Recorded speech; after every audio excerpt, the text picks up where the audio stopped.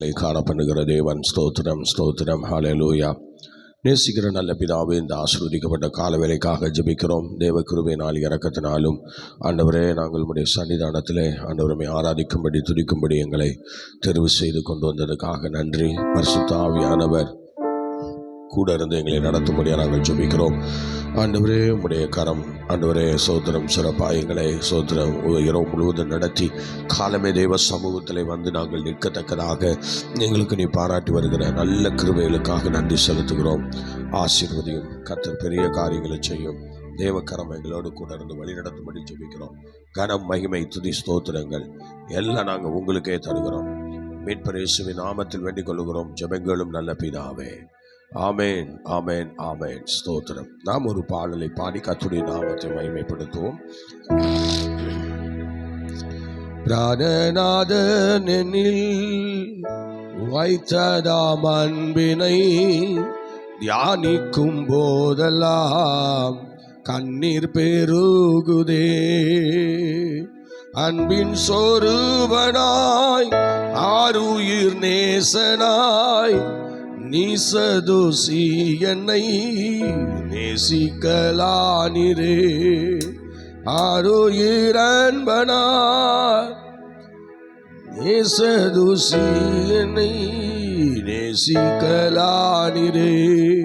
என் இயேசுவே, நான் உம்முடையவர், நீர் என் சொந்தம் என்றென்றுமா.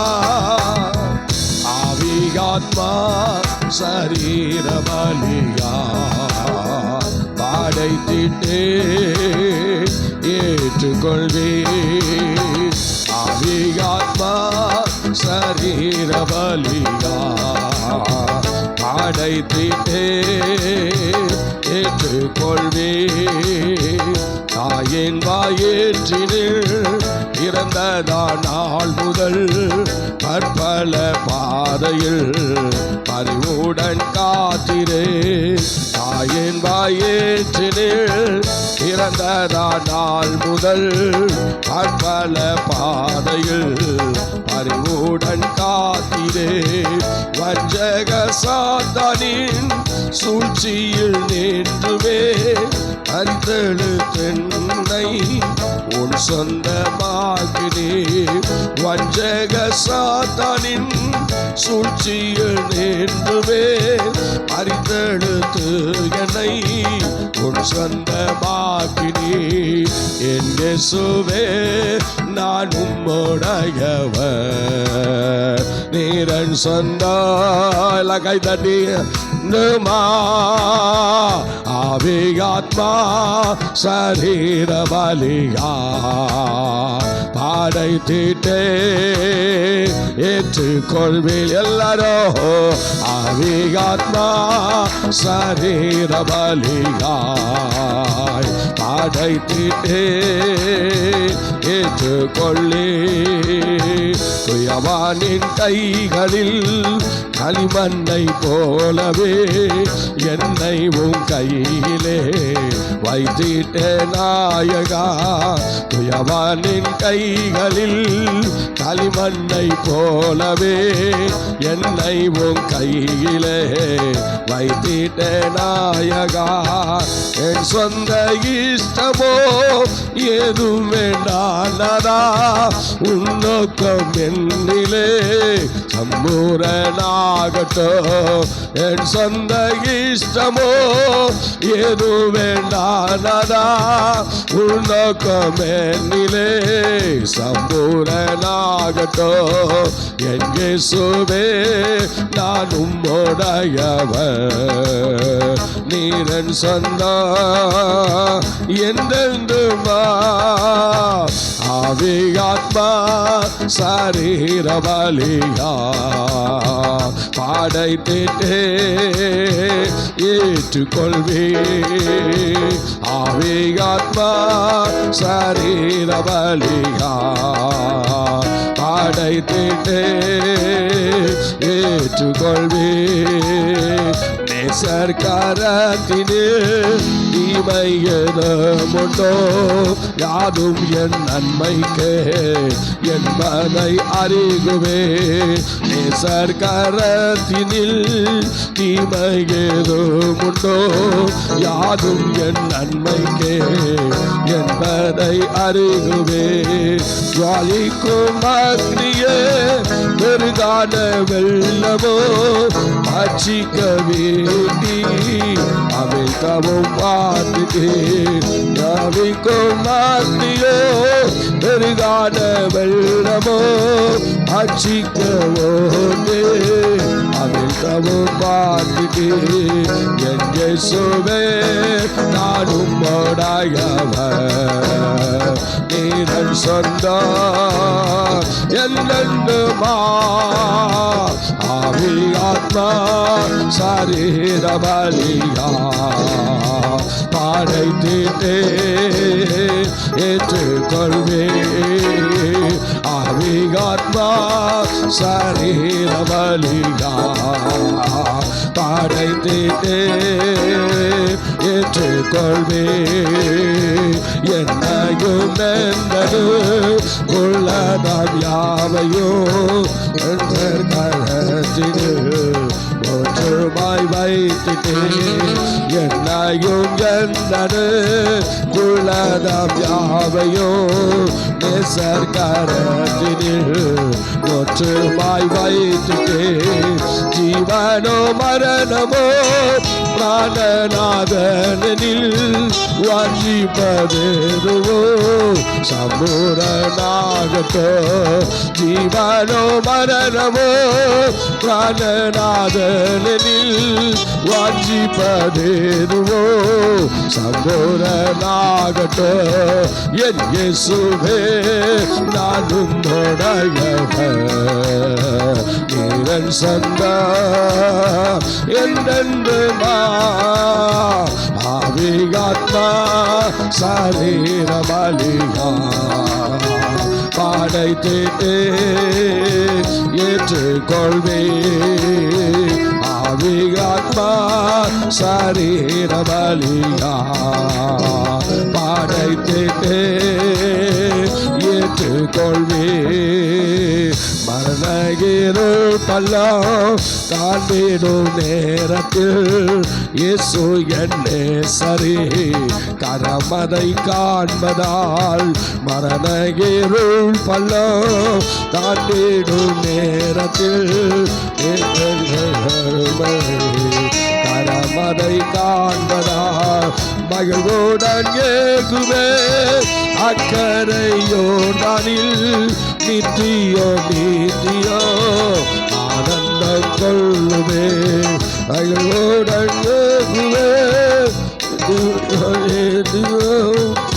நித்தியோ நித்தியோ ஆனந்தம் கொள்ளுவே என் இயேசுவே நானும் உடையவர் நீரன் சொன்னார் என்னென்றுமா ஆவி ஆத்மா சரீர பலியாய் படைத்தே ஏற்றுக்கொள்வே ஆவி ஆத்மா சரீர பலியாய் படைத்தே ஏற்றுக்கொள்வே என்னையும் எந்தது உள்ளதாம் யாவையோ நேசர் கரத்தினில் ஒற்றுமாய் வைத்துட்டே என்னையும் எந்தது உள்ளதாம் யாவையோ நேசர் கரத்தினில்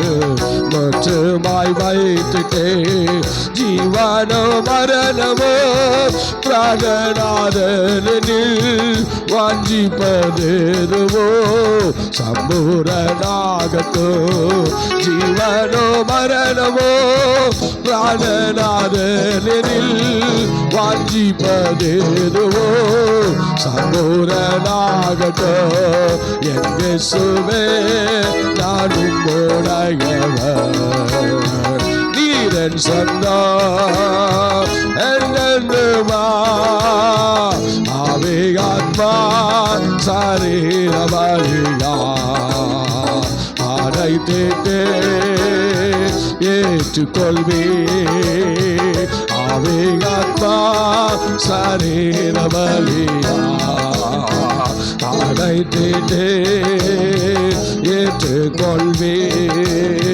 மரண இருள் பள்ளம் தாண்டிடும் நேரத்தில் இயேசு என்னே சரி கரமதை காண்பதால் மரண இருள் பள்ளம் தாண்டிடும் நேரத்தில் இயேசு என்னே சரி கரமதை காண்பதால் மகிழ்வுடன் ஏகுவே அக்கரை யோர்தானில் நித்தியோ நீதியோ ஆனந்தம் கொள்ளுவே மகிழ்வுடன் ஏகுவே அக்கரை யோர்தானில் நித்தியோ நீதியோ ஆனந்தம் கொள்ளுவே என் இயேசுவே நான் உம்மோடாயவர் நீரன் சொன்னா என்னென்னுமா ஆவி ஆத்மா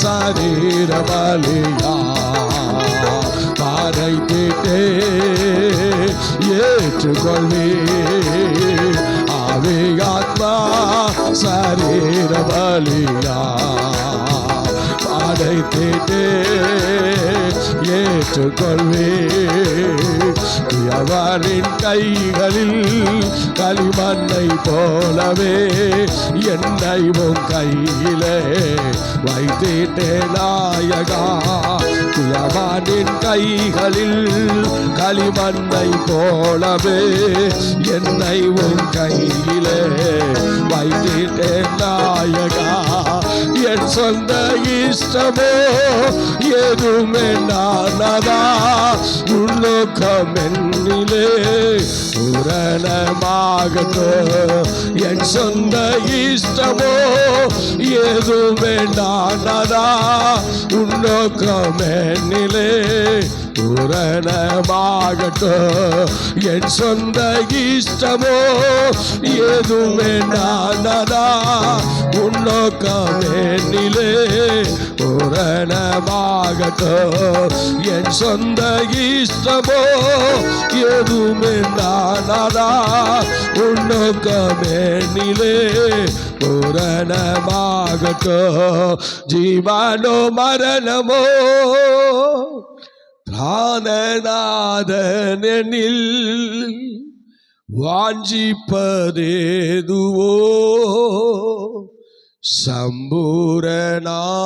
சம்பூரணாகட்டும் ஜீவனோ மரணமோ பிராணநாதனில் வாஞ்சிப்பதேதுவோ சம்பூரணாகட்டோ மகிழ்வுடன் ஏகுவே அக்கரை யோர்தானில் நித்தியம் நீத்தியோ ஆனந்தம் கொள்ளுவே என் இயேசுவே நான் நீரன் சொந்தம் என்றென்றுமா ஆவி ஆத்மா சரீர பலியா படைத்திட்டே ஏற்றுக்கொள்வே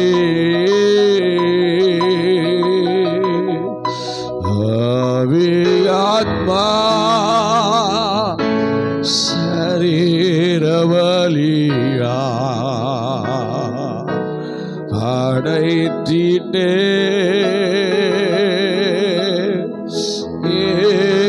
ஏற்றுக்கொள்வே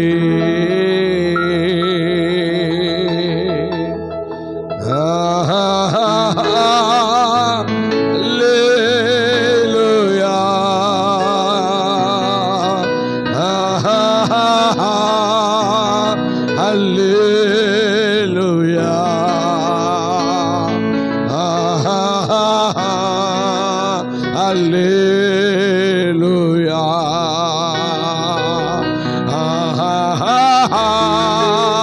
அல்லேலூயா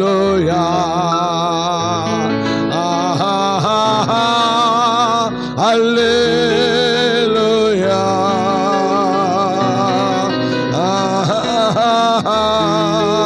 அல்லேலூயா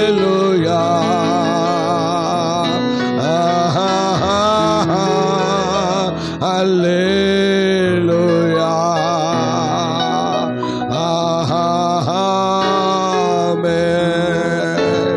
கரங்களை தட்டி கர்த்தரை மகிமைப்படுத்துவோமா? ஹல்லேலூயா ஹல்லேலூயா ஹல்லேலூயா ஹல்லேலூயா. ஸ்தோத்திரம் ஸ்தோத்திரம் ஸ்தோத்திரம் ஸ்தோத்திரம் கர்த்தாவே. ஆமாண்டவரே, நீங்கள் அறிய வேண்டிய ஒருவர் என்கிற இந்த ஜெபத்திலே கொஞ்ச நேரம் உங்களை ஆராதிக்க எங்களுக்கு கொடுத்த கிருபைக்காக நன்றி. எங்கள் ஆவி ஆத்தும சரீரம் முழுவதையும் உங்கள் கையில் ஒப்படைச்சி ஜெபிக்கிறோம்பா. ஆசீர்வதிங்க, வழிநடத்துங்க. இயேசுவின் நாமத்தில் பிதாவே, ஆமென். ஸ்தோத்திரம். அல்லேலூயா அல்லேலூயா. ஆண்டவருடைய நாமம் மகிமைப்படுவதாக. இந்த காலவேளையிலே நாம் தேவ சமூகத்திலே இருப்பது கர்த்தருடைய பெரிய கிருபை, ஒரு ஆசீர்வாதம். ஸ்தோத்திரம். இந்த நாளிலே நாம் ஸ்தோத்திரம் தியானிக்கிறபடி ஸ்தோத்திரம் நம்ம கடந்த நாளிலே வாசித்தோம். ரெவிதீமிலிருந்து வந்து இஸ்ரவேலர்கள் என்ன செய்தார்கள்? சீனாய் வனாந்தரத்திலே பாளையம் இறங்கினார்கள் என்று பார்த்தோம். அங்கிருந்து தான் சீனாய் வனாந்தரத்திலே பாளையம் இறங்கின இஸ்ரவேலர்கள் மத்தியிலே ஆண்டவர் மோசே மலைக்கு கூப்பிட்டு 10 கற்பனைகளை அவர்களுக்கு கொடுக்கிறார். அதை மோசே வாங்கி வரும்போது இங்கே மக்கள் வந்து என்ன செய்கிறார்கள்? கன்றுக்குட்டியை செய்து அதிலே அவர்கள் நிர்வாண நடனங்களை பண்ணி தேவ கோபத்துக்கு ஆளாயிருக்கிறார்கள் என்பதையும், அதிலே 3000 பேர் அன்றைக்கி விழுந்து போனதையும் நாம் பார்த்தோம். இஸ்ரேல் ஜனங்கள் வரிசையாக பார்த்தோம்னா ஏதோ ஒரு சம்பவத்தில் 3000 24,000 இப்படி பல ஆயிரங்கள் என்ன செய்கிறாங்க? அடிக்கடி விழுந்து போனாங்க. செத்து போனாங்க. பார்த்தீங்களா? இஸ்ரவேலர்கள் அப்படிதான் ஒரு நல்ல ஒரு ஸ்டாண்டர்டாக ஆண்டவருக்காக நிற்கிறோம் அப்படின்னு இல்லாமல் விழுந்து எழும்புகிற ஒரு அனுபவத்தை இஸ்ரவேலர்களுக்குள்ளே நம்ம அன்னைக்கு பார்த்தோம். இப்போ எப்போதும் பார்க்குறோம். எல்லா இடங்களிலும் இஸ்ரவேலர்கள் எப்போதும் விழுந்து தான் எந்திரிப்பாங்க. தேவனை சொந்த ஜனமாக கொண்டவங்க தான், சொந்த தெய்வமாக கொண்டவங்க தான்.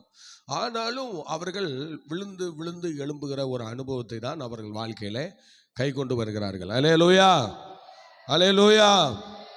ஸ்தோத்திரம். அதனால் விழுந்து எந்திரிக்கிற ஒரு அனுபவங்கள். ஸ்தோத்திரம்.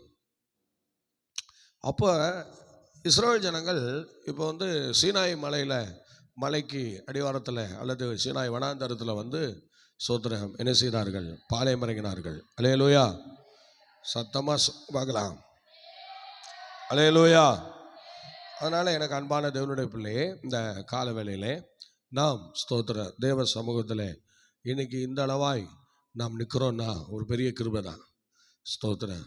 பல வருஷம் ஏதோ சில விஷயங்களில் நம்ம ஆண்டவருக்காக இது செயல்படாவிட்டாலும் ஸ்தோத்திரம் ஒரு பெரிய அளவில் தெய்வ கோபத்துக்கு ஆளாகாமல் சிலர் ஊழியர் நடந்து வருகிறதை நாம் பார்க்கிறோம். ஆனாலும் ஸ்தோத்திரம் இஸ்ரவேலர்கள் என்னைக்கு எகிப்திலிருந்து புறப்பட்டாங்களோ அன்னையிலிருந்து அவங்க ஒவ்வொரு இடத்துலையும் பாளையம் இறங்குகிற அந்த நேரத்துலலாம் ஏதோ ஒரு கூட்டம் பலியாயிட்டே இருந்தாங்க. இந்த 40 வருடத்தில் 6 லட்சம் பேர் என்ன செஞ்சிட்டாங்க? பலியாயிட்டாங்க. பார்த்தீங்களா? பலியாயிட்டாங்க. சரி, இப்போ வந்து இந்த பாளையம் எல்லா இடங்களையும் அவங்க வந்து பாளையம் இறங்குவார்கள். இந்த பாளையம் என்று சொல்லும்போது அது சில இடங்கள்லே அந்த பாளையத்தை குறித்து சில விஷயங்களை நாம் என்ன செய்யலாம்? ஸ்தோத்திரம் பார்க்கலாம். அல்லேலூயா.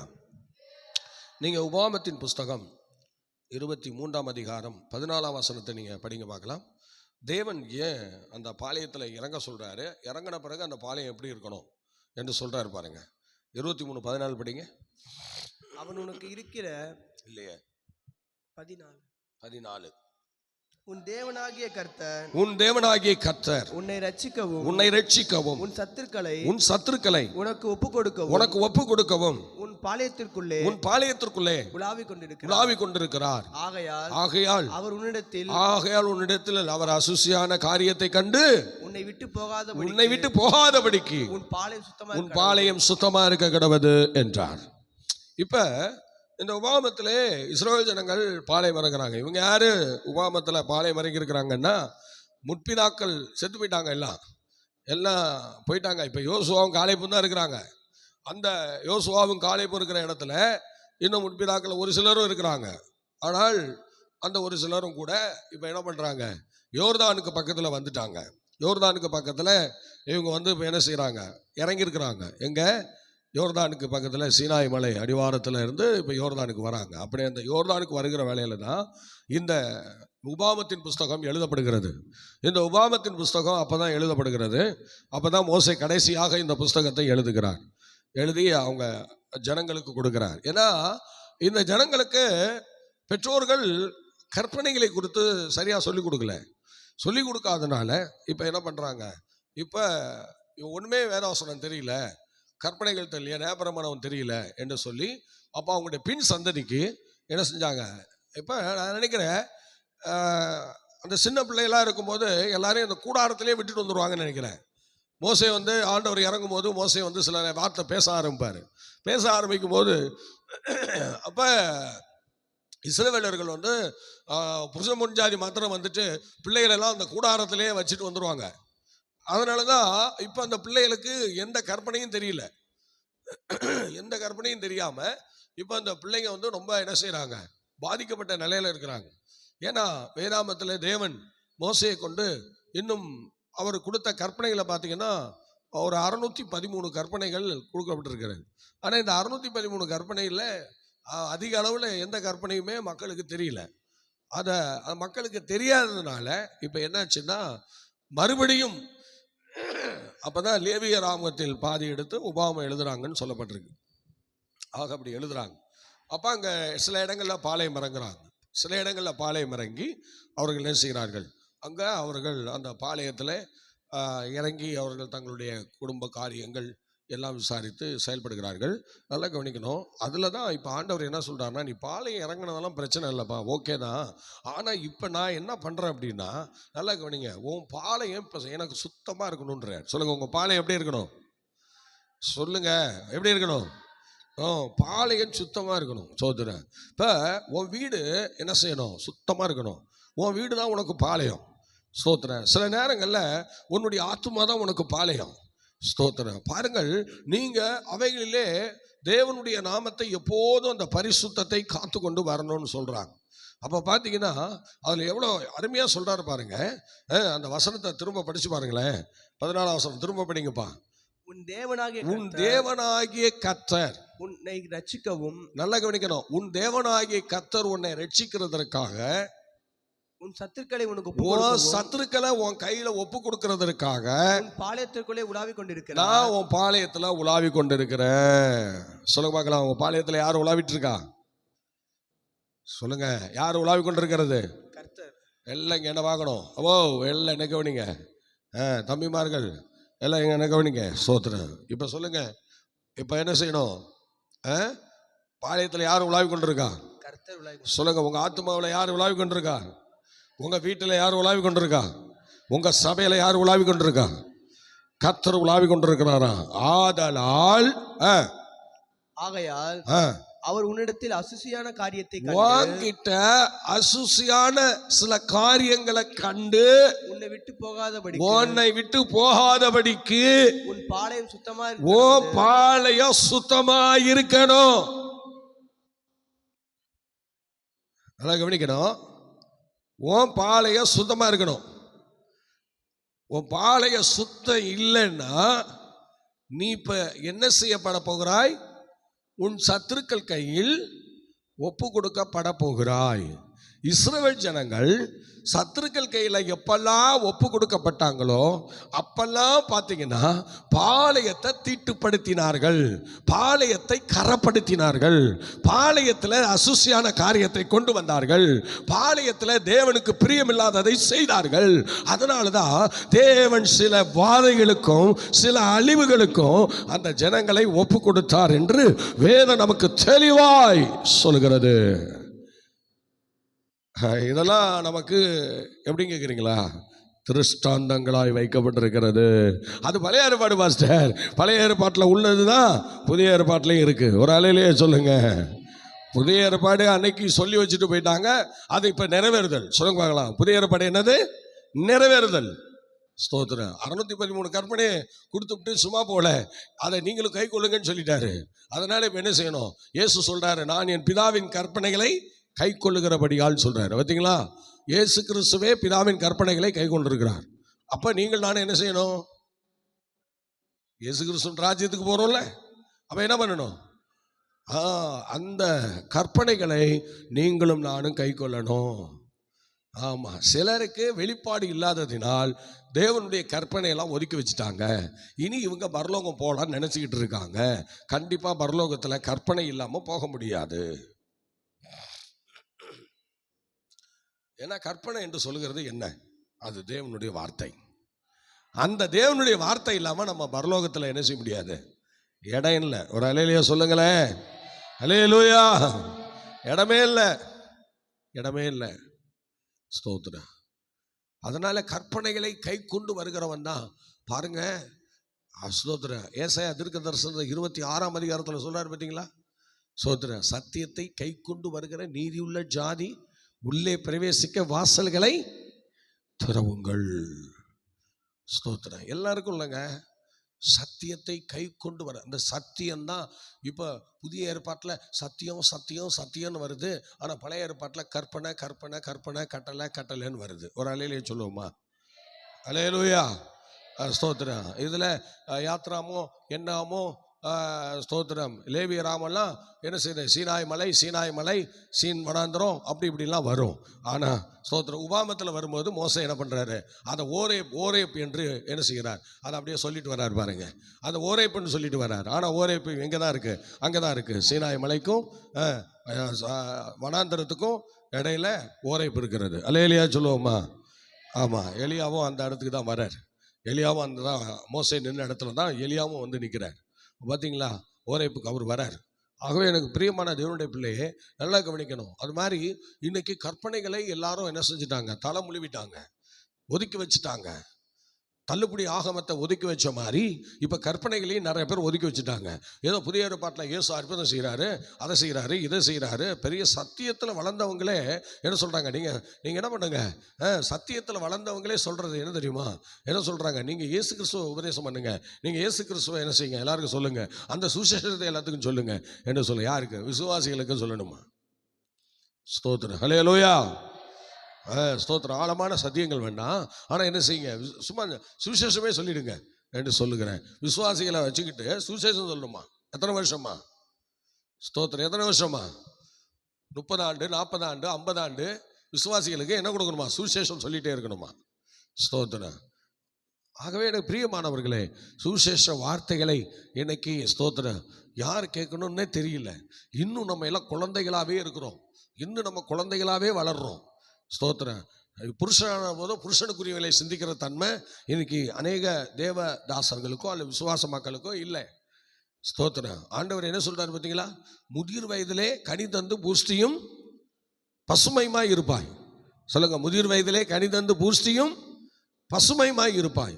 அதனால அது நமக்கு ரொம்ப விசேஷமானது. அப்ப முதிர் வயதுல நம்ம இன்னைக்கு பூஷ்டியும் பசுமையுமா இருக்கணும்னா நல்லா கவனிங்க. நம்ம முதிர் வயதில் இப்போ நம்ம சரீரத்தை ரொம்ப கவனிக்கிறோம். நல்ல சரீரத்தை கவனித்து நல்லா அதுக்கு தீனி கொடுத்து ஆகாரம் கொடுத்து நல்ல மெடிசன் கொடுத்து நல்ல தீர்க்காயில வளர்த்துக்கிறோம். இப்போ ஸ்தோத்திரம். அதே போல தான் கிறிஸ்துவுக்குள்ளே நம்ம வளர்கிறோம். பார்த்தீங்களா? முதிர் வயதாக சில பேர் இருப்போம், சில பேர் முதிர் வயதாக இருப்போம். பாருங்க, சரீர பிரகாரம் வளருவதற்கு எந்த அளவுக்கு முக்கியத்துவம் கொடுக்குறோமோ அந்த மாதிரி ஆவியில வளர்வதற்கு முக்கியத்துவம் கொடுக்கறது இல்லை. நம்ம இன்னைக்கு பல வருடங்கள் ஆயும் கூட பல சூழ்நிலையில என்ன சொல்றாரு பாருங்க, அந்த வசனத்தை நல்லா படிச்சு பார்த்தீங்கன்னா என்ன சொல்றாரு தெரியுமா? 92ஆம் சங்கீதத்தில் அவர் சொல்றாரு பாருங்க, முதிர் வயதிலே நீ கனி தந்து பூஷ்டியும் பசுமையுமாய் இருப்பாய் என்று சொல்றாரு. அப்போ முதிர் வயது ஆச்சுன்னா எல்லாம் கனி கொடுக்கணுங்கிற ஒரு கட்டாயத்தை தேவன் நமக்குள்ள கொண்டு வந்துட்டார். நல்லா கவனிங்க, முதிர் வயது ஆயிடுச்சுன்னா ஒரு கனி கொடுத்தே ஆகணும் என்கிற ஒரு சூழ்நிலையை உருவாக்கிட்டார். இப்ப ஸ்தோத்திரம், இன்னொரு இடத்துல நம்ம படிக்கும்போது அந்த முதிர் வயதினுடைய நரை தான் மகிமை என்று சொல்றாரு. சொல்லுங்க பார்க்கலாம், அந்த முதிர் வயதினுடைய நரை அதுதான் மகிமை என்று சொல்லப்படுகிறது. அப்ப பாருங்க, தேவன் ஒரு மனுஷன் முதிர் வயது ஆச்சுன்னா அவங்கிட்ட இருந்து சில மகிமையை எதிர்பார்க்கிறார், சில நல்லதை எதிர்பார்க்கிறார், சில அனுபவங்களை எதிர்பார்க்கிறார். அதே மாதிரிதான் ஒரு ஆவிக்குரிய அனுபவத்துல பல வருடங்கள் ஆகியும் நம்ம அப்படியே இருப்பது தேவ சித்தம் அல்ல, திட்டம் அல்ல. அவன் வளர வேண்டும், அவன் மிகுந்த கனிகளை கொடுக்க வேண்டும். முதிர் வயது ஆயும் சில பேரிடத்துல சில கனிகளே இல்லாம இருக்கிறது. நல்லா யோசிச்சு பாருங்க, பாளையத்துல ஒரு சுத்தம் கிடையாது. எத்தனை வருஷம் ஆயும் பாத்தீங்களா? எகிப்தை விட்டு கிளம்பி 40 வருஷம் ஆகி கூட ஒருத்தர் கூட கனி கொடுக்கறதுக்கு முன் வரல. பாத்தீங்களா? முதிர் வயது ஆச்சு, என்ன பண்றது?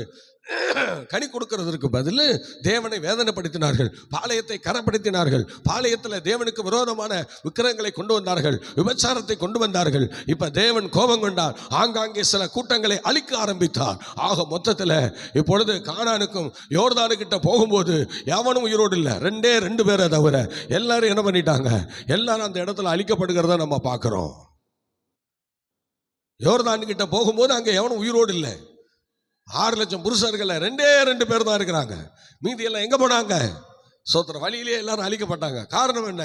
முதிர் வயதிலே கனி தந்து பூஷ்டியும் பசுமையாக இருக்க வேண்டிய அந்த அருமையான தேவ பிள்ளைகள், ஊழியம் செய்கிறவர்கள், மோசைக்கு அனுகூலமாக இருந்தவர்கள் கூட ஒருத்தம் கூட அந்த இடத்துல ஆண்டவருக்கு சாட்சியா இல்லை. பல வருடங்களாய் என்ன பிரயோஜனம்? ஒரு ஞானம் கிடையாது. பல வருடங்களாய் என்ன பிரயோஜனம்? ஒரு கிருபை கிடையாது. பல வருடங்களாய் என்ன பிரயோஜனம்? ஒரு ஆசீர்வாதம் கிடையாது. பல வருடங்களாய் என்ன பிரயோஜனம்? ஒரு நல்ல வார்த்தை கிடையாது. பல வருடங்களாய் என்ன பிரயோஜனம்? அவன் பிள்ளைகள் கனி உள்ள வாழ்க்கை கிடையாது. ஒரு பல வருடங்களாய் என்ன பிரயோஜனம்? ஒரு குடும்பத்தில் நற்சாட்சி கிடையாது. பல வருடங்களாய் என்ன பிரயோஜனம்? எந்த ஒரு நற்காரியங்களையும் செய்வதற்கு தகுதி இல்லை.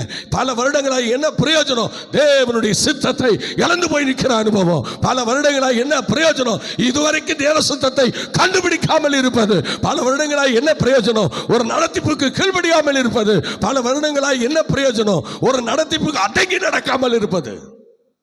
இப்படி வரிசையா போயிட்டே இருக்கும். இதெல்லாம் எங்க போய் சேர்றது? சொல்லுங்க, இதெல்லாம் எங்க போய் சேர்றது? ஓ முதிர் வயது எதுக்கு? ஆண்டவர் ஓ முதிர் வயது மகிமைன்னு சொல்றாரு. ஆனா ஓ முதிர் வயது இத்தனை ஆண்டுகள் நீ ஆண்டவர்கள் இருந்து என்ன சாதிச்சோம்? சொல்லுங்க, என்ன சாதிச்சோம்? பேருக்கு சபைக்கு வந்துட்டு பேருக்கு போயிட்டு இருக்கோம். கண்டிப்பா இயேசு வந்தா நம்ம அவருடைய வருகையில போறது இல்லை. ஏன்னா கனி நிறைஞ்ச வாழ்க்கை இல்லை, கனி கொடுக்கிற வாழ்க்கை இல்லை. ஸ்தோத்திரம். எங்க கனி கொடுக்கிறோம்? என்ன சொல்லுது? முதிர் வயதில் நீ கனி தந்துன்னு சொல்லியிருக்கு. எந்த கனியை கொடுத்தோம்? சொல்லுங்க, எந்த தனியை கொடுத்தோம்? இன்னும் உன் வாயை அடக்க முடியல. இத்தனை வயசாயும் உன் வாய் அடங்கல. உன் கோபம் மூர்க்கம் போகல, உன் எரிச்சல் போகல, உன் பொறாம போகல, உன் வன்கண் போகல, உன் வீண் வார்த்தை போகல, குறை சொல்றது போகல, வாயாடி போகல, பொய் போகல, புரட்டு போகல, மறைச்சு பேசுறது போகல, அடுத்தவங்களுக்கு தீங்கு நினைக்கிறது போகல. யோசிச்சு பாருங்க. முதிர் வயது எதுக்கு? முதிர் வயது 30 வருஷம் ஆச்சான் சபைக்கு வந்து. ஸ்தோத்திரம். எத்தனை வருஷம் ஆச்சு? 30 வருடம். என்ன 30 வருடத்துல என்ன வளர்ந்துருக்க? என்ன வளர்ந்துருக்கிறோம்? அப்ப தேவன் உன் முதிர் வயதை நினைச்சு பார்த்தா என்ன ஆகும்?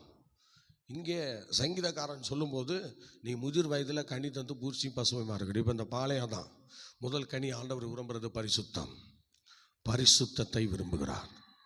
உன் பாளையம் எப்போதும் எனக்கு சுத்தமாக இருக்கணும். உன் பாளையம் எப்போதும் சுத்தமாக இருந்தால் நான் உன் சத்துருக்களை உன் கையில் ஒப்பு கொடுப்பேன். உன் பாளையம் சுத்தம் இல்லைன்னா நான் என்ன பண்ண போகிறேன்? உன்னை சத்துருவுக்கே நான் ஒப்பு கொடுத்துருவேன்னு சொல்லிட்டார். பாபிலோனுக்கு ஒப்பு கொடுத்தது காரணம் என்ன? சொல்லுங்க. பாபிலோனுக்கு இஸ்ரவேல் ஜனங்களை ஒப்பு கொடுத்ததுக்கு காரணம் என்ன? மெயின் விக்கிரக ஆராதனை, விபச்சாரம். இது ரெண்டும் தான் தேவனுடைய கோபத்தை சம்பாதித்தார்கள். இப்போ என்ன பண்ணாங்க? பாபிலோனுக்கு ஒப்பு கொடுத்துட்டார். இதை எரேமியா தீர்க்கதரிசி சொல்லிட்டாரு, ஏசாயா தீர்க்கதரிசி சொல்லிட்டார், இன்னும் பலரும் சொல்லிட்டாங்க. சொன்ன பிறகு இந்த அரசர்களுக்கு புத்தி இல்லாமல் போச்சு. ஜனங்களை தங்கள் பாதையில் நடத்த ஆரம்பித்தாங்க. தங்களுக்கு நலம் என்று சொல்லுகிற அந்த பாதையில் நடத்த ஆரம்பித்தாங்க. ஆனால் வேத வசனத்தையோ ஆண்டவருடைய கற்பனைகளையோ சொல்லி வளர்க்காம அவங்களுடைய காரியங்களை சொல்லி வளர்த்துட்டாங்க. ஆனால் தேவனுடைய கற்பனைகளை யாராவது கை கொள்றாங்களான்னு பார்த்தா ஒருத்தர் இல்லை. பாளையம் முழுவதும் தீட்டுப்பட்டு இருந்தது. பாளையம் முழுவதும் என்ன செஞ்சது? அங்கே அசுத்தம் காணப்பட்டது. பாளையத்தில் தேவனுக்கு விரோதமான நிகழ்வுகள் நடந்தது. அதனால தான் தேவன் என்ன செய்தார்? பாபிலோனுக்கு சிறையாக அனுப்பிவிட்டார். சும்மா இல்லை, பாளையம் சுத்தம் இல்லாதனால ஒப்பு கொடுத்தார். நல்லா கவனிக்கணும், பாளையத்தில் சுத்தம் வேணும். பார்த்தீங்களா? பாளையத்தில் சுத்தம் வேணும். இப்போ ரெவிதீமிலிருந்து சீனாய் மலையில் இறங்கியிருக்கிறாங்க. இப்போ இறங்கின மக்கள் இப்போ என்ன பண்ணாங்க? ஆண்டவர் மோசையை மலைக்கு கூப்பிடுறாரு. இப்போ மலைக்கு மோசையை போயிட்டாரு. ஆனால் போயிட்டு வர்ற வேலையில் பாளையத்தை கரப்படுத்திட்டாங்க. பார்த்தீங்களா? போயிட்டு வர வேலையில் பாளையத்தை என்ன பண்ணிட்டாங்க? கரப்படுத்திட்டாங்க. இப்போ அந்த பாளையம்லாம் சுட்டரிக்கிறதுக்கு ஏதுவாக மாறி போச்சு. இப்போ தேவன் சபிக்கிற அளவுக்கு, தேவன் அவளை அழிக்கிற அளவுக்கு உண்டாக்கிட்டாங்க. ஸ்தோத்திரம். எப்படியோ ஏறக்குறைய ஒரு 3000 பேர் அன்னைக்கு செத்து போனான். எதுக்கு? பாளையத்தில் சுத்தம் இல்லை. அதனால் எனக்கு அன்பான தேவனுடைய பிள்ளையே, பாளையம் என்றால் என்ன? பாளையம் என்பதற்கு நல்லா கவனிங்க, கேம்ப். ஆங்கிலத்தில் கேம்ப்னு சொல்லுவாங்க. பாளையம் என்றால் என்ன சொல்லுங்க பார்க்கலாம்? கேம்ப். வாய் திறந்தா சொல்லுங்களேன். அல்லேலூயா. வாய் தரங்கம்மா. ஸ்தோத்திரம். சொல்றதே காதில் வாங்காம என்னவோ பண்ணிட்டு இருக்கீங்க. கவனிங்க. ஸ்தோத்திரம். சொல்லுங்க, பாளையம் என்றால் என்ன? கேம்ப். ஸ்தோத்திரம். அதே எபிரேயத்தில் நல்லா கவனிங்க, மாக்கோலை. மாக்கோலே என்று சொல்றாங்க. மாக்கோலை எபிரேயத்தில் அதை மாக்கோலே என்று சொல்றாங்க. கிரேக்கில் நல்லா கவனிங்க, கிரேக்கில் பாரபோல். அது என்னமோ நம்ம உத்தரப்பிரதேசத்தில் பாரபங்கின்னு ஒரு மாவட்டம் இருக்குது, அது மாதிரி சொல்கிறாங்க. சோதனை பாரோவால். பாரோவால் இது கிரேக்கில் பாரோவால். சொல்லுங்க பார்க்கலாம், எல்லாம் சேர்ந்து சொல்லுங்க. பாரோவால். ஸ்தோத்திரம். இது கிரேக்கில். ஸ்தோத்திரம். எபிரேயத்தில் ஸ்தோத்திரம் மக்கானே. சொல்லுங்க. மாக்கானே. சொல்லுங்க. எபிரேயத்தில் என்ன? மாக்கானே. ஸ்தோத்திரம் என்று சொல்லப்படுங்க. சரி, அந்த மாக்கானே எபிரேயத்தில். இதில் கிரேக்கில் என்ன சொன்னாங்க? பாரோவால். ஸ்தோத்திரம். பாரோவால் என்று சொல்லி இங்கே இவ்விதமாக சொல்லப்படுகிறது. ஆகவே இஸ்ரவேல் ஜனங்கள் கூடாரம் அமைத்து என்ன செய்கிறாங்களா? ஒவ்வொரு இடத்துலையும் தங்கி வந்தாங்க. ஸ்தோத்திரம். அப்படி தங்கின பாளையம்தான், அந்த இடம் தங்கின இடத்த தான் எல்லாரும் என்ன பண்ணுறாங்க? பாளையம் என்று சொல்கிறார்கள். இஸ்ரவேல் ஜனங்கள் குடியிருக்கும் பாளையம். ஸ்தோத்திரம். அதை குறித்து என்னாகமத்தின் புஸ்தகம் 1ஆம் அதிகாரம் 52ஆம் வசனம் படிக்க பார்க்கலாம். என்னாகமத்தின் புஸ்தகம் 52ஆம் வசனம் படிங்க. என்னாகமம் 1ஆம் அதிகாரம் 52ஆம் வசனம்.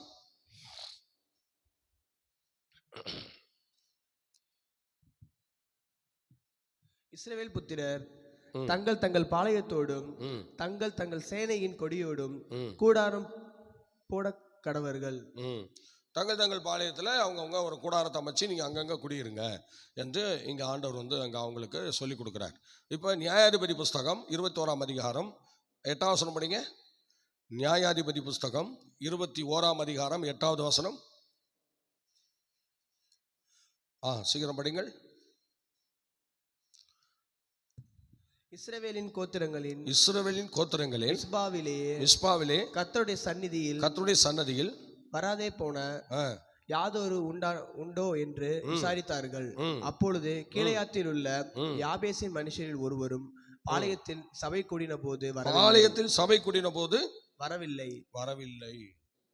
அப்போ பாளையத்தில் வந்து என்னன்னா, எதை பாளையம் சொன்னால் சபை கூடி வருகிற இடத்தை பாளையம் என்று சொல்கிறார்கள். இஸ்ரவேல் குடியிருக்கிற அங்கங்கே கூடாரம் போட்டு குடியிருக்கிற இடத்தையும் பாளையம் என்று சொல்கிறார்கள். இஸ்ரவேல் ஜனங்களை கூடி வருகிற ஒரு இடத்தையும் பாளையம் என்று சொல்கிறார். அப்போ நம்ம திருச்சபை கூட எதை தான் குறிக்கிறது? பாளையம் என்று தான் குறிக்கிறது. சொல்லுங்க பார்க்கலாம், என்னன்னு சொல்லுகிறது? பாளையம். ஆமாம், இது வந்து நமக்கு ஒரு பாளையம். இஸ்ரவேல் ஜனங்கள் வந்து அவங்க தங்கியிருக்கிற இடம் அங்கங்கே கூடாரம் போட்டு பெயர்த்து போகிறது தான் பாளையம். அந்த பாளையத்தில் அவர்கள் இறங்கி கூடாரம் போட்டிருந்தார்கள். அதே போல் ஆண்டவரும் சில பாளையத்தில் இறங்கி அங்கே எல்லாரையும் கூடி வர செய்கிறார். கூடி வந்து ஆண்டவர் இறங்குறார், அங்கே மோசே பேச ஆரம்பிக்கிறார். அப்படி அது வந்து ஒரு பாளையம் என்று சொல்கிறார்கள். அதையும் பாளையம் என்று இங்கே நியாயாதிபதி புஸ்தகத்தில் நம்ம பார்க்கிறோம். அடுத்தது பார்த்தீங்கன்னா, யுத்தத்திற்கான அணிவகுத்து நிற்கும் பாளையம். நீங்கள் பாருங்கள், யுத்தத்திற்கெல்லாம் அணிவகுத்து நிற்பாங்க பார்த்தீங்களா, அதையும் ஒரு பாளையமாக தான் தேவன் வந்து அங்கே கருதுகிறார். நீங்கள் படி பார்க்கலாம். 1 சாமுவேல் 4ஆம் அதிகாரம் 1ஆம் வசனம் படிங்க. 1 சாமுவேல் 4:1. சீக்கிரம் படிங்க. 1 சாமுவேல் 4:1. சாமுவேலின் வார்த்தை இஸ்ரவேலுக்கெல்லாம் வந்தது. இஸ்ரவேலர் பெலிஸ்தருக்கு விரோதமாய் யுத்தத்தில் புறப்பட்டு எபினேசர் சமீபத்திலே பாளையம் இறங்கினார்கள். எப்படிங்க சொல்லுங்க, எங்க இறங்கினாங்க? எபினேசர் இறங்குற இடத்துல அவங்க வந்து பாளையம் இறங்குறாங்க. சோத்துறேன் பார்த்தீங்களா, இஸ்ரவேலர்கள் யுத்தத்திற்காக பாளையம் இறங்குறார்கள். அப்போ யுத்தத்துக்காக பாளையம் இறங்கக்கூடிய இடம், அணிவகுத்து நிற்கக்கூடிய இடத்தையும் அவங்க என்னன்னு சொல்றாங்க? பாளையம் என்று சொல்கிறார்கள். சொல்லுங்க பார்க்கலாம், என்னன்னு சொல்றாங்க?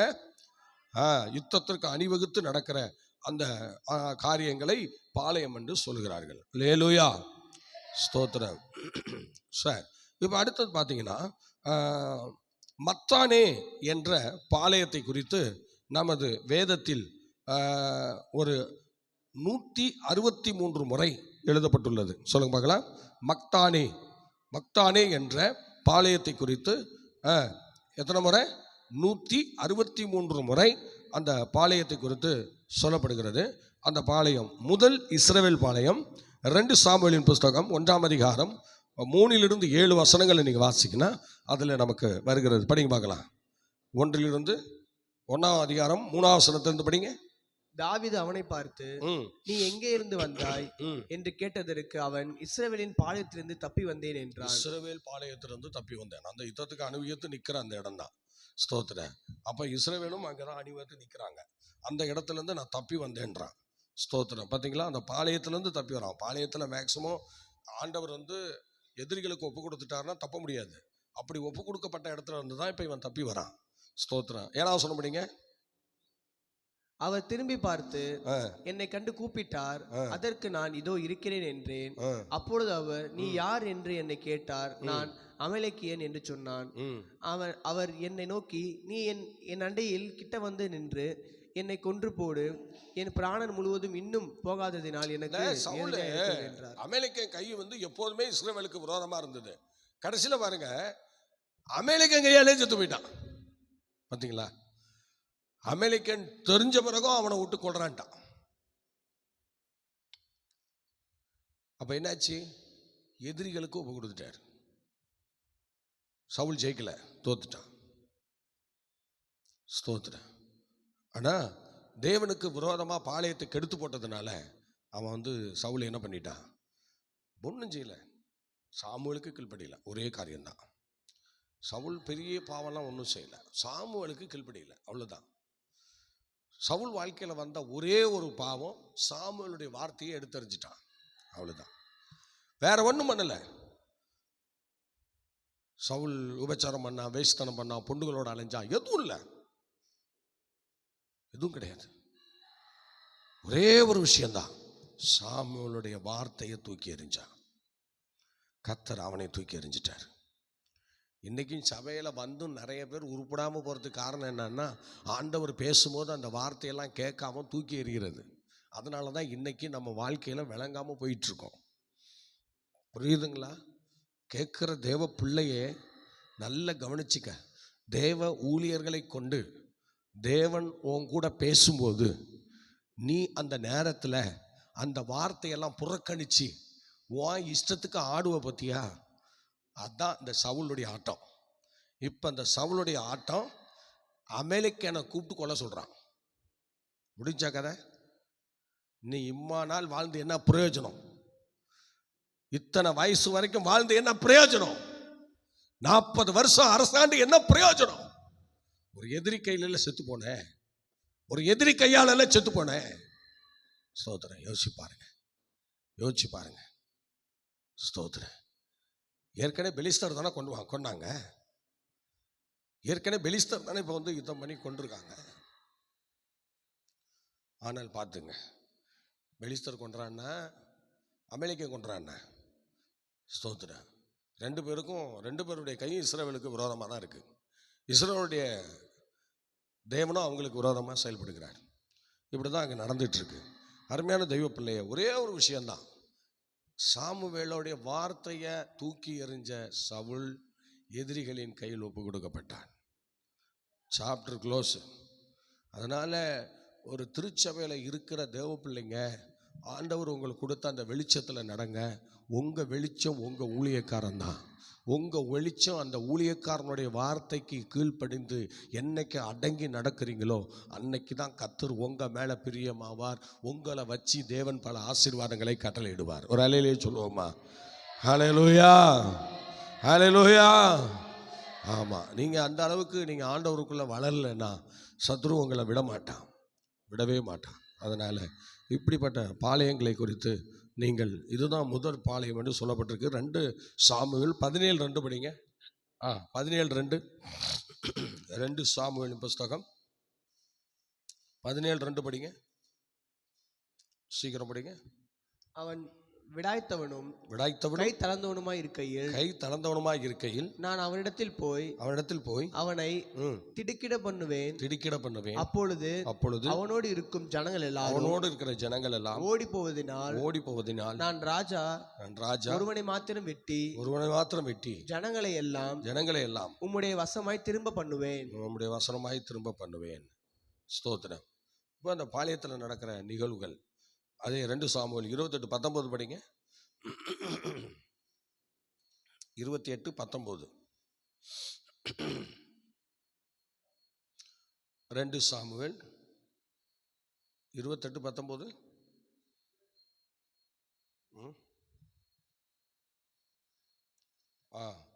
1 சாமுவேல் 1:3 படிங்க.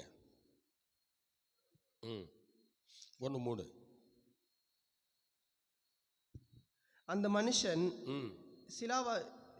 சிலோவிலே சேனைகளின் கர்த்தரை பணிந்து கொள்ளவும் அவருக்கு பலியிடவும் வருஷந்தோறும் தன் ஊரிலிருந்து போய் வருவான். அங்கே கர்த்தரின் ஆசாரியான ஏலின் 2 குமாரனாகிய ஒப்னியும் பினேகாசும் இருந்தார்கள். அங்கே எல்கனா பலியிடும் நாளிலே அவன் தன் மனைவியாகிய பெண்ணினாளுக்கு அவளுடைய எல்லா குமாரனுக்கும் என்ன சொல்றாங்க அப்படின்னா, அங்கே வந்து தேவாலயத்தில் அந்த அது வந்து ஒரு பாளையம். அந்த பாளையத்தில் ஒரு ஆசாரியன் இருக்கிறார் என்று அந்த இடத்துல சுட்டி காட்டப்படுகிறது. ஒரு ஏலி இருக்கிறார் என்று சுட்டி காட்டப்படுகிறது. ஒரு ஆசாரியன் இருந்து தான் அந்த வருகிறவர்களை என்ன செய்கிறார், நடத்தி கொண்டிருக்கிறார். அதனால தான் அந்த பாளையம் வந்து ஓரளவு உடன்படிக்கை பற்றி பிடிபட்ட போதோ அங்கேயும் பிரச்சனை வந்து போச்சு. நீங்கள் நியாயாதிபதி புஸ்தகம் 7ஆம் அதிகாரம் 15ஆம் வசனம் படிங்க.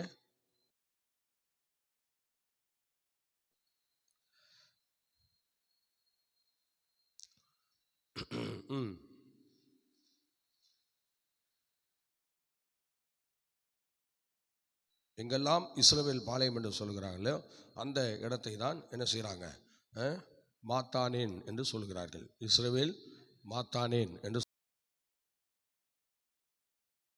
நியாயாதிபதி புஸ்தகம் 7:15. நியாயாதிபதி புஸ்தகம் 7:15.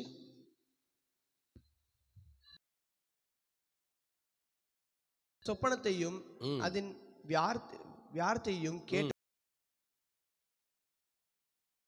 திரும்பி வந்து எழுந்திருங்கள், கர்த்தர் மீதியாரின் எதிரிகளினுடைய பாளையத்தை உங்க கையில் ஒப்படைச்சிட்டாரு சொல்லி தன் பாளையத்தில் உள்ளவர்களுக்கு வந்து இஸ்ரவேல் மாத்தானேன் என்று எபிரேய மொழியில் உள்ளது. சோத்திரம். இது எபிரேய மொழியில் தான் இஸ்ரவேல் பாளையத்தை வந்து என்ன செய்கிறாங்க, மாத்தானேன் என்று சொல்லி அங்கே சொல்லப்படும். சாமுவேல் 17:2 சவுலின் நாட்களில் உள்ள பாளையத்தை படிப்போம். படிங்க 17:2. 17 ஒருமித்து கூடி ஏலா பள்ளத்தாக்கிலே பாளையம் இறங்கி பெலிஸ்தருக்கு எதிராக யுத்தத்திற்கு அணிவகுத்து நின்றார்கள். இஸ்ரவேலர் அணிவகுத்து நின்ற இடம் அதான் இஸ்ரவேல் மாத்தானேன் என்று எபிரேய மொழியிலே சொல்லப்பட்டிருக்கிறது. ஸ்தோத்திரம். அப்போ ஆயின காலம் அந்த நியாயாதிபதி அந்த காலங்களில் அப்படி ஆனது. மோவாப் நாட்களில் 2 ராஜாக்களின் புஸ்தகம் 3ஆம் அதிகாரம் 2 ராஜாக்களின் புஸ்தகம் 3ஆம் அதிகாரம் 24ஆம் அதிகாரம். இஸ்ரவேலின் பாளையத்திற்கு வந்தபோதெனில் இஸ்ரவேலர் தங்களுக்கு முன்பாக ஓடி போகத்தக்கதாய் புகுந்து அவருடைய தேசத்துக்குள் புகுந்து அங்கேயும் சகல நிலத்திலும் கல்லெறிந்து நல்ல மரங்களை எல்லாம் வெட்டி போட்டார்கள். இதெல்லாம் யார்? ஸ்தோத்திரம். அவங்க இவங்க ஏலியா சொல்லுவோமா, இது மோவாபியர் ஆட்களில் ஒரு அடையாளமாக இவங்க இஸ்ரவேலர்கள் செய்திருக்கிறார்கள். இப்போ என்னாமத்தின் புஸ்தகம் 11:14 படிங்க. 11:14. அப்பொழுது கர்த்தர் ஜனங்களுக்கு மூப்பரும் தலைவருமானவர்கள் இன்னார் என்று நீ அறிந்திருக்கிறாயே, அந்த மூப்பர் கூடாரத்தின் இடத்தில் அங்கே உன்னோடு கூட வந்து நிற்கும்படி செய். அப்பொழுது நீங்கள் மோசே கூட நிற்கணும், ஆசாரியனோட நிற்கணும், மோசே கூட நிற்கணும். யாரெல்லாம் ஹெல்ப்ல இருக்கிறாங்களோ தான் அந்த பாளையம் மாத்தானேன் என்று சொல்லுகிற அந்த பாளையத்தை 23:14 படிங்க. அதான் பாளையம் சுத்தமாக இருக்க பரிசுத்தம் என்று சொல்லப்பட்டிருக்கிறது. நம்ம ஏற்கனவே அதை படிச்சிருக்கிறோம். அதுலேயும் என்ன சொல்றது, உங்கள் பாளையம் போதும் சுத்தமாக இருக்கணும். ஏன்னா பார்த்தீங்களா, அவங்கள தனியாக என்ன செய்ய முடியாது, ஆண்டவர் பார்க்கல. மோசே கூட வந்து நிற்கணுமா? யார் கூட நிற்கணும் சொல்லுங்க? மோசே கூட. ஹலோ, தனித்து நின்னா ஆண்டவர் வரமாட்டார், பேசவும் மாட்டார். அவருடைய தண்டனை மாத்திரம்தான் வரும். நம்ம யார் கூட தான் நிற்கணும்? மோசே கூட தான் நிற்கணும். இதுதான் ஒழுங்கு. தேவன் இறங்கி வருகிறார். ஒவ்வொரு சபையில் இருக்கிறவங்களும் அவங்க போதகரோடு இணைந்து நின்று தான் கர்த்தருடைய வேலையை செய்யணும். தனித்து எவனாவது செய்ய ஆரம்பிச்சா அதில் ஒளியின் தூதன் அவன் தான் வந்து அநேகருக்குள்ள சில விதைகளை விதைச்சி அவங்களெல்லாம் வந்து ஊழியக்காரனுக்கு விரோதமாக அல்லது சபைக்கு விரோதமாக சில எப்படி தாத்தான் அபிராம் கோராகு கலகத்தை ஏற்படுத்தினார்களோ அதே மாதிரி உள்ளே கொண்டு கலகத்தை ஏற்படுத்தி இப்படி பலவிதமான அழிவை அவங்களுக்குள்ளே கொண்டு வருவான். அதை தான் இங்கே வந்து இஸ்ரவேல் இதுவாக இல்லாமல் இவங்க மோசே கூட வந்து நிற்கிறதுக்கு சொல்கிறார். அந்த பாளையத்தில் எப்படி வந்து நிற்கணும் சொல்லுங்க? மோசே கூட வந்து நிற்கணும். தனியாலாம் அன்னைக்கு ஆண்டவர் யாரையும் சந்திக்கலை, மோசையை தான் சந்தித்தார். மோசையை சந்தித்து தான் ஆண்டவர் பேசுகிறார். அதனால மோசையை கூட வந்து நிற்கணும்னு சொல்லி அன்னைக்கு சொல்கிறார். அப்போது எல்லாரும் சொல்லுங்க, யார் கூட நிற்கணும்? நல்லா படிங்கப்பா. ஐயோ, இந்த ஜனங்களை கூட எனக்கு என்னென்னமோ செய்யுது. சீக்கிரம் படிங்க. அது சொல்லுங்கள, வாய் திறந்து. வாயில் என்ன வச்சிருக்கீங்க? செவிட்டு என்ன காலையிலே அப்படி. கர்த்தர் மோசேயை நோக்கி இஸ்ரவேல் ஜனங்கள் எல்லாருக்கும் மூப்பரும் தலைவருமானவர்கள் இன்னார் என்று நீ அறிந்திருக்கிறாய். அந்த மூப்பரில் 70 பேரை கூட்டி. அந்த மூப்பரில் 70 பேர். சொல்லுங்க பார்க்கலாம், எத்தனை பேர்? 70 பேர். யார் கூட? அவர்களை ஆசாரிப்பு கூடாரத்தின் இடத்தில் அங்கே உன்னோடு கூட வந்து நிற்கும்படி செய். நிற்கும்படி செய். அப்ப இயேசு கிறிஸ்து எத்தனை பேர் தெரிந்து கொண்டாரு?